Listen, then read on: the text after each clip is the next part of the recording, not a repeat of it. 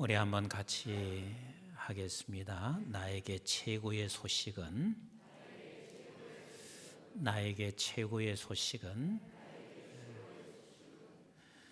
우리가 모처럼 사람을 만나게 될 때 우리는 그에게 무엇인가 소식을 전하고 싶어 합니다. 특별히 수십 년 동안 만나지 못했던 동창을 만나거나 또 친지를 만나게 되면 내가 그에게 무슨 소식을 전할까 생각을 할 수가 있습니다. 근데 대다수 많은 사람, 세상의 사람들은 자식이 잘 되었으면 자식이 잘된 소식을 전하고 싶어 할 것이고, 또 사업이 잘 되었으면 사업이 나는 잘 되고 있은 소식을 전하고 싶을 것이고, 또 남편이 잘하고 있으면 남편의 소식, 또 아내가 잘하고 있으면 아내의 소식들, 이런 걸 전하고 싶어 할 것입니다. 그게 필요 없는 건 아닙니다. 얼마나 귀한지 모릅니다. 내 자녀가 잘 돼서 우리가 함께 나눌 수 있다는 것은 참 그게 큰 은혜요 복입니다. 그런데 우리가 한 번쯤 깊이 생각해 보셨으면 좋겠습니다. 나는 누군가 처음 만났거나 또 자주 만나거나 그 만나는 사람에게 나에게 최고의 소식, 그에게 무엇을 전달하고 싶은지. 우리 교회 권사님 한 분께서 저에게 이런 말씀을 하신 적이 있습니다. 목사님, 나는 교회에서 주님을 더 깊이 만났습니다. 그리고 나는 주님을 만나고 나니까 주님보다 자랑스러운 분이 없습니다.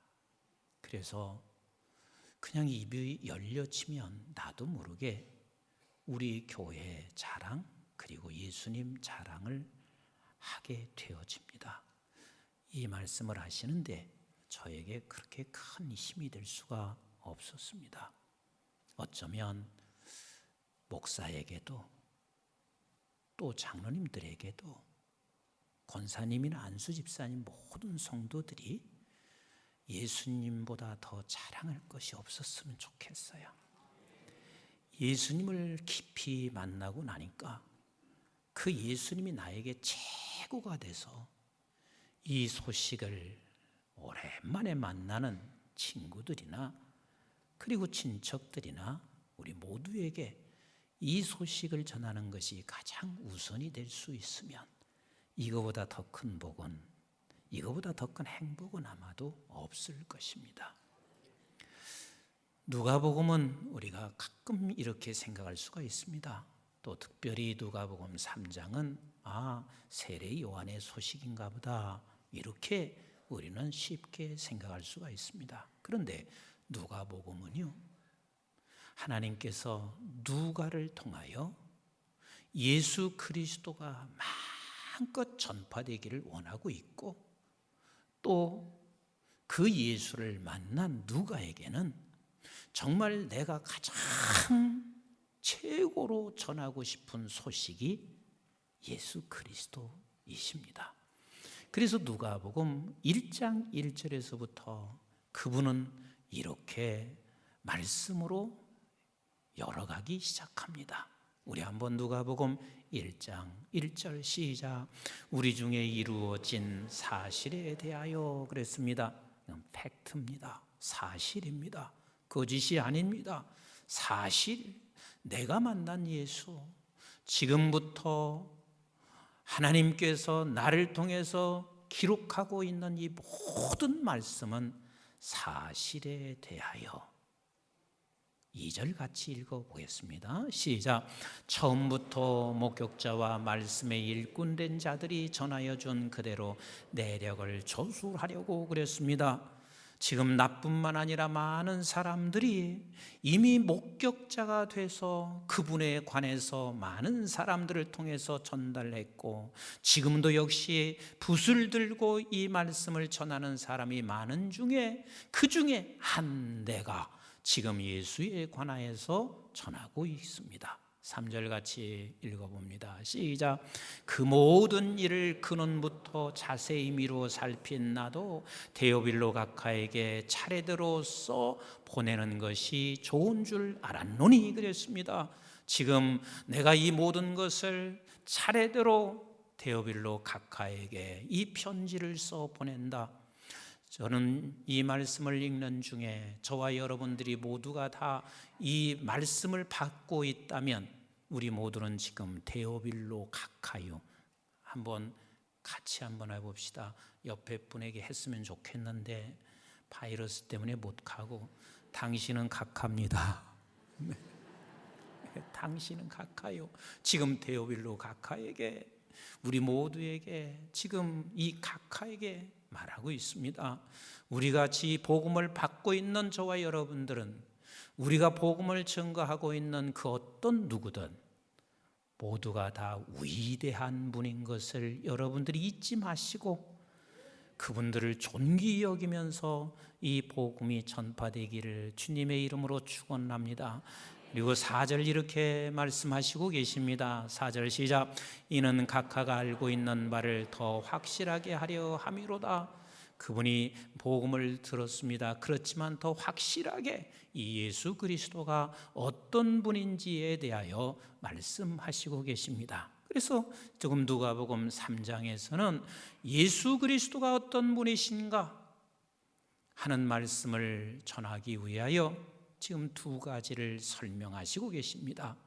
예수 그리스도를 보내신 분이 바로 통치자 하나님이신 것을 말씀하시고 계십니다. 같이 합시다. 통치자 하나님. 그래서 우리 지금 1절부터 2절 말씀 본문을 같이 한번 보도록 하겠습니다. 시작. 디베료 황제가 통치한 지 15해 곧 본디오 빌라도가 유대의 총독으로, 헤롯이 갈릴리의 분봉왕으로, 그 동생 빌립이 이두레와 드라고닛 지방의 분봉왕으로, 루사니아가 아빌레네의 분봉왕으로, 안나스와 가야바가 대제사장으로 있을 때에 하나님의 말씀이 빈들에서 사가랴의 아들 요한에게 임한지라. 뭐 굳이 이렇게 누가 있었을 때 이렇게 말씀하시는 이유가 뭔 줄 아세요? 이 모든 것은 다 우리 아버지가 통치하심 속에 하나님께서 지금 말씀하시고 계십니다. 그래서 3장을 보면 3장 가장 마지막 단락에 무엇이 나오고 있냐면 예수 그리스도가 나셨는데 그 예수 그리스도의 위는 누구요? 위는 누구요? 하고 족보를 설명하는 것 같지만 결국은 족보를 설명하는 것이 아니라 통치하시는 하나님을 말씀하시고 싶은 거예요. 우리 한번 누가복음 23장 3장 23절을 같이 한번 보도록 합니다. 시작. 예수께서 가르치심을 시작하실 때에 30세쯤 되시니라. 사람들이 아는 대로는 요셉의 아들이니, 요셉의 위로는 누구요? 헬리오 위로는 누구 쭉 말씀하시다가 38절에 이렇게 말씀하세요. 시작. 그 위는 에노스요, 그 위는 셋이요, 그 위는 아담이요, 그 위는, 결국은 하나님이 가장 최초의 근원자시다. 그리고 그 하나님께서 이 모든 것을 알고 통치하시는 우리 하나님이시다. 우리가 이 사실을 믿는 것은 얼마나 중요한지 모릅니다. 하나님이 지금 여러분들을 통치하시고 계십니다. 하나님이 이 민족을 통치하시고 계십니다. 하나님이 우주 만물을 통치하시고 계십니다. 이것을 믿는 것보다 더 큰 힘과 능력은 없을 것입니다. 만약에 이것을 우리가 믿고 고백할 수만 있으면 우리는 시편 96편이 남의 고백이 아니라 우리 각자의 고백이 될 수가 있을 것입니다. 우리 한번 시편 96편 1절부터 시작. 새 노래로 여호와께 노래하라. 온 땅이여 여호와께 노래할지라. 우리가 통치하시는 하나님, 가장 만물의 가장 가장 통치자 되시는 하나님을 우리가 믿는다면 그 여호와께 새 노래로 노래하라. 온 땅들이여 이것을 안다면 여호와께 노래할지어다. 2절 같이 봅니다. 시작. 여호와께 노래하여 그의 이름을 송축하며 그의 구원을 날마다 전파할지어다. 노래할 뿐만 아니라 그분을 우리는 만나고 그리고 우리가 아는 사람들에게 제일 먼저 여호와 하나님을 선포하고 여호와 하나님을 자랑할 수밖에 없을 것입니다. 우리 3절 같이 읽어봅니다. 시작. 그의 영광을 백성들 가운데에 그의 기이한 행적을 만민 가운데 선포할지어다. 여호와는 위대하시니 지극히 찬양할 것이요 모든 신들보다 경외할 것임이라. 왜요? 5절과 6절은 이렇게 말씀하세요. 5절 시작. 만국의 모든 신들은 우상들이지만 여호와께서는 하늘을 지으셨음이로다. 존귀와 위엄이 그의 앞에 있으며 능력과 아름다움이 그의 성소에 있도다. 아멘이신가요? 우리 7절 같이 읽어봐요. 시작. 만국의 족속들아 영광과 권능을 여호와께 돌릴지어다. 여호와께 돌릴지어다. 왜? 그분만이 모든 것의 근원이시며 모든 것의 통치자 되시는 하나님. 그래서 만국의 족속들아, 그 족속 중에 저와 여러분들이 포함되어 있으십니다. 영광과 권능을 여호와께 돌릴지어다. 우리 한번 8절 같이 읽어봅니다. 시작. 여호와의 이름에 합당한 영광을 그에게 돌릴지어다. 예물을 들고 그의 궁정에 들어갈지어다. 아름답고 거룩한 것으로 여호와께 예배할지어다. 온 땅이여 그 앞에 떨지어다. 우리 하나님은 통치하시는 하나님이십니다. 저와 여러분들을 통치하시는 하나님이십니다. 지금 오늘 이 시간도 우리 하나님이 온 우주를 통치하시고 계신 하나님이십니다.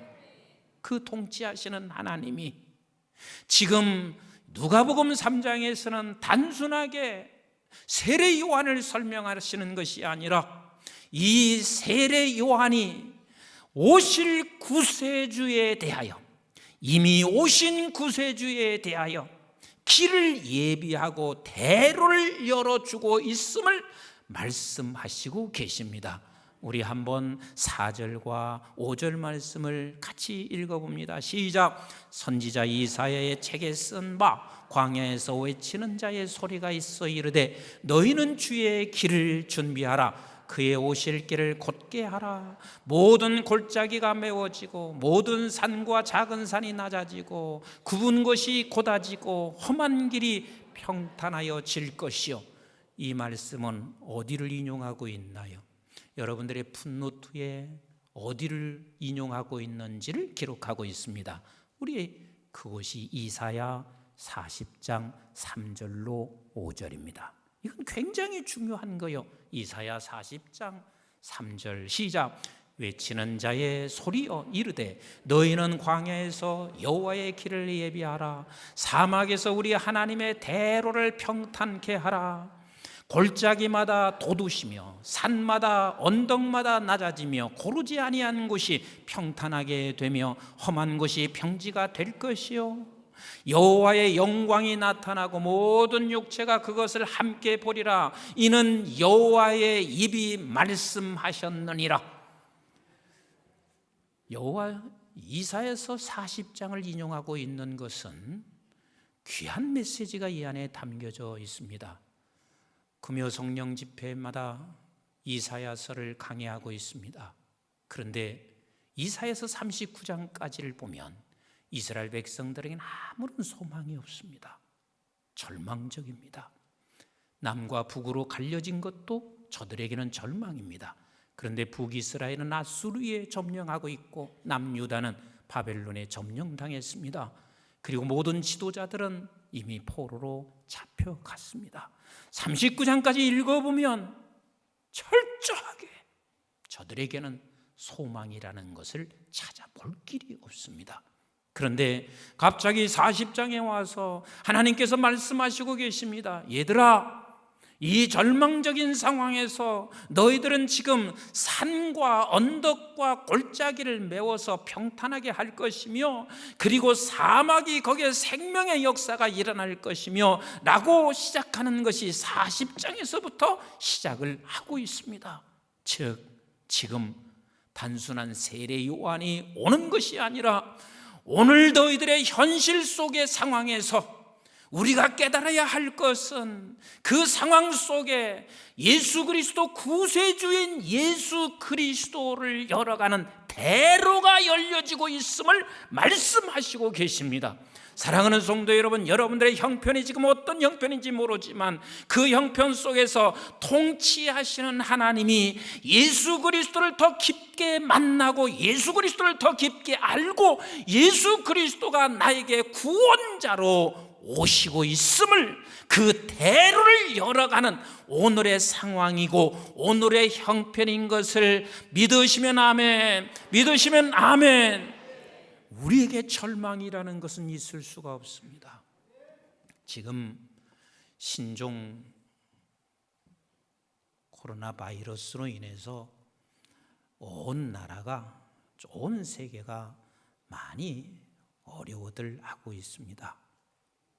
그런데 여러분, 지금까지 AD 서기가 시작되면서 정말 이 바이러스로 인해서 온 세계가 뒤집어진 역사가 두 번 있었습니다.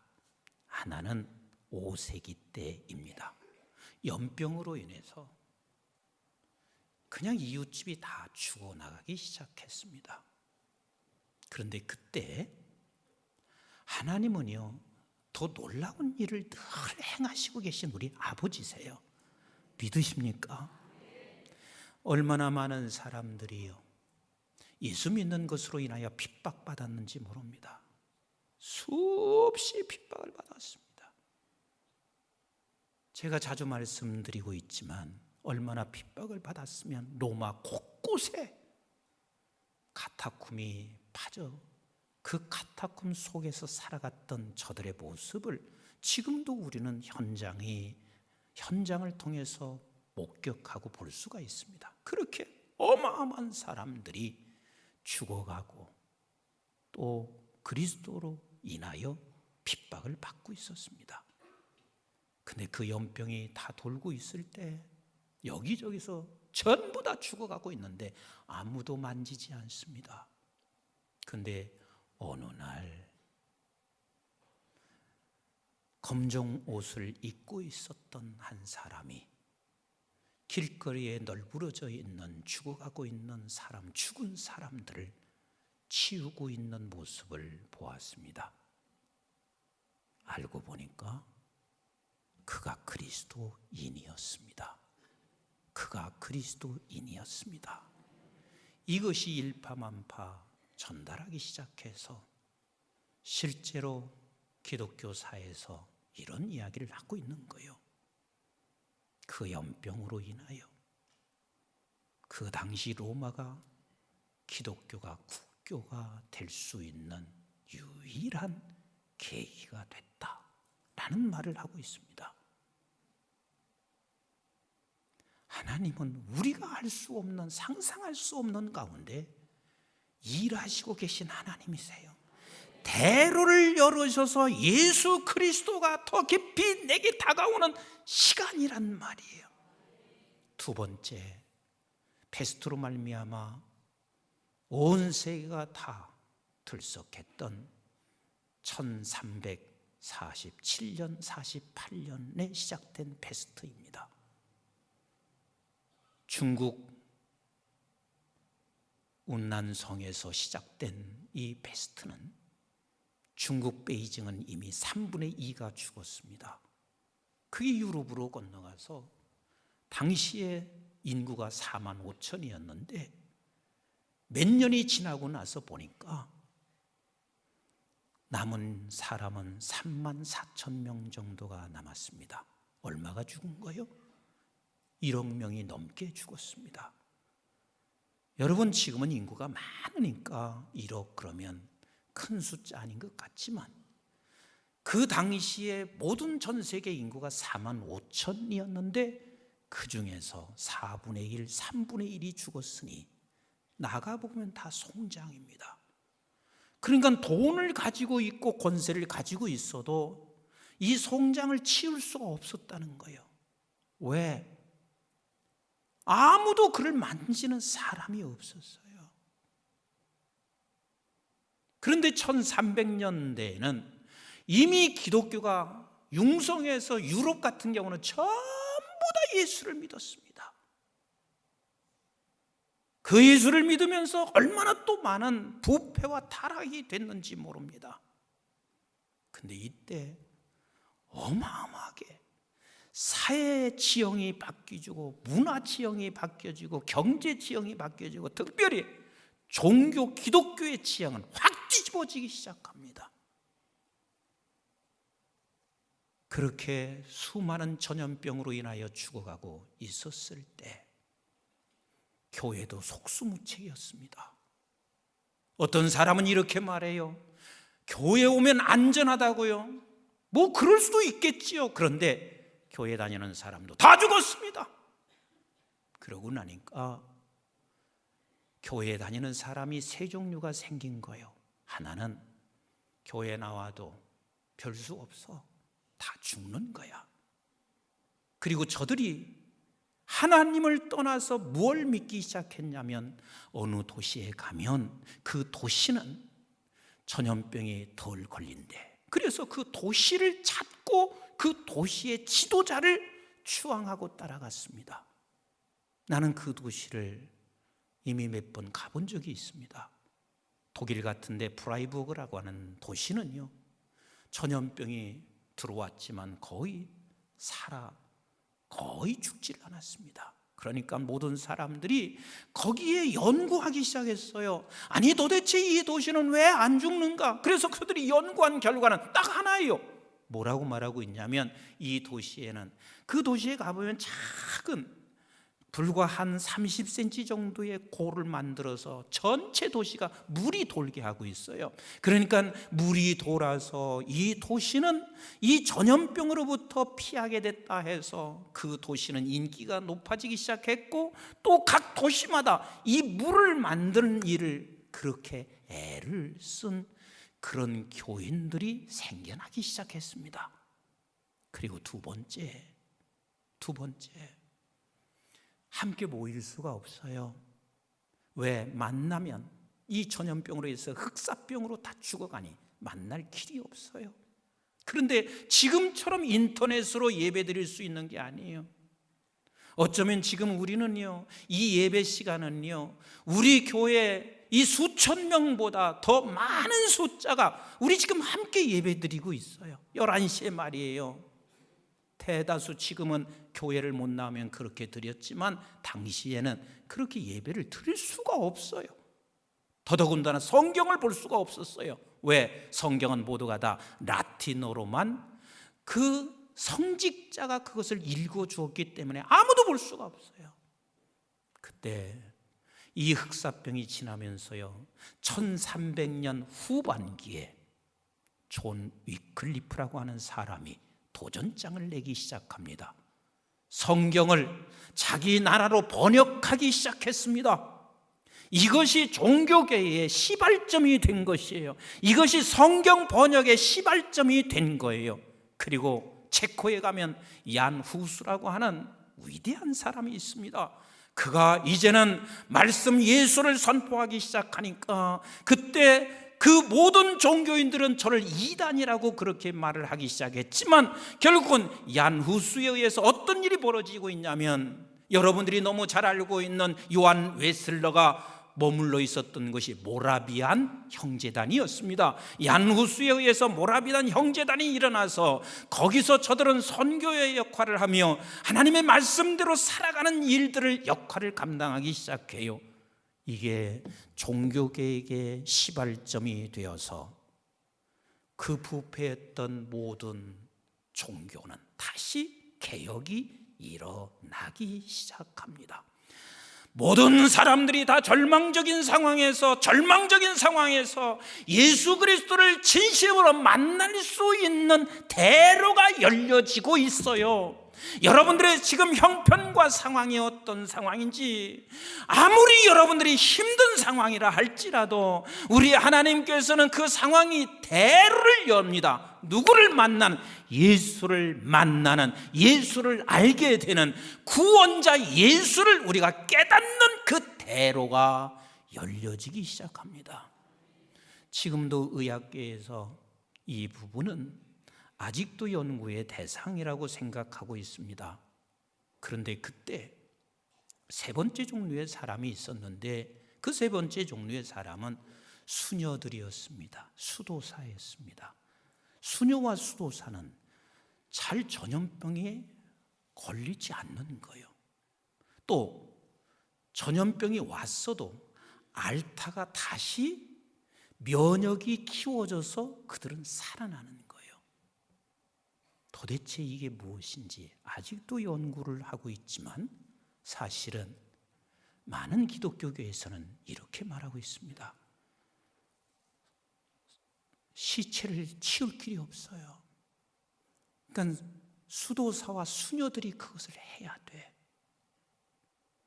그래서 저들은 내 몸을 그냥 던지고 그 시체를 보살필 수밖에 없었습니다.